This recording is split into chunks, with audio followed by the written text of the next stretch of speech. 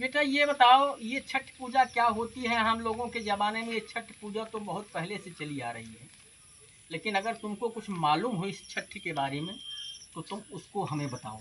अच्छा, सबसे पहले चैनल के माध्यम से देख रहे सभी दर्शनार्थियों का इस चैनल में स्वागत, बंधन, अभिनंदन। छठ पूजा की आप सभी को हार्दिक शुभकामनाएं। हमने एक जगह पढ़ी थी चाचा जी, उसमें लिखा था कि कई वर्ष साल पूर्व प्राचीन काल में एक राजा थे, प्रियवद नाम के राजा थे, और उनकी मालकिन थी जिनको संतान नहीं हुई थी। वे संतान से वांछित थे। हाँ, वो संतान विहीन थी, उनकी कोई तो औलाद नहीं। वो बहुत दुखी थे भाई। जिस 4 साल 5 साल 6 साल जिसका कोख नहीं खुलेगा, संतान नहीं हो, जाहिर सी बात दुखी होगा। अब वह अपने गुरु से पूछें कि क्या कारण है कि हम मेरे पुत्र विहीन है।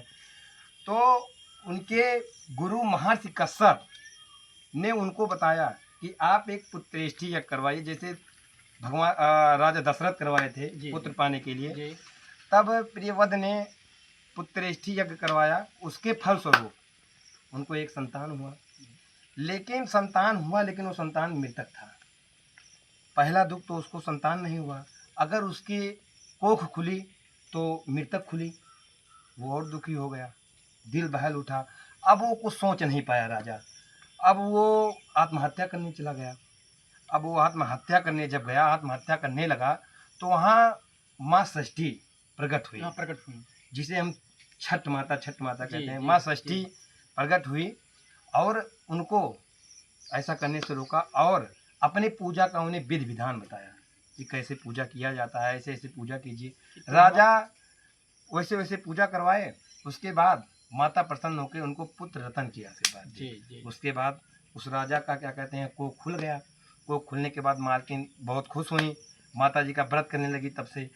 और एक कथा जुड़ा हुआ है इससे। महाभारत में 5 पांडवों का राजपाट चला गया था। उस राजपाट को वापस करने के लिए माता द्रौपदी ने छठ व्रत रखा। उसके फलस्वरूप भगवान सूर्य देव की कृपा बनी और 5 पांडवों को आशीर्वाद मिला, उनका राजपाट वापस मिल गया।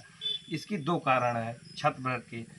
आप छठ व्रत संतान के लिए भी कर सकते हैं, अपनी मनोकामना के लिए भी कर सकते हैं। बोलिए छठ मैया की जय। आप लोग कल छठ की हार्दिक शुभकामनाएं, बहुत बहुत बधाई। इस चैनल के माध्यम से समस्त माताओं बहनों के पुत्रों को कोट कोट आशीर्वाद। और इसमें महुआ का प्रसाद मिलता है, दही से लोग सर धोती हैं महिलाएं।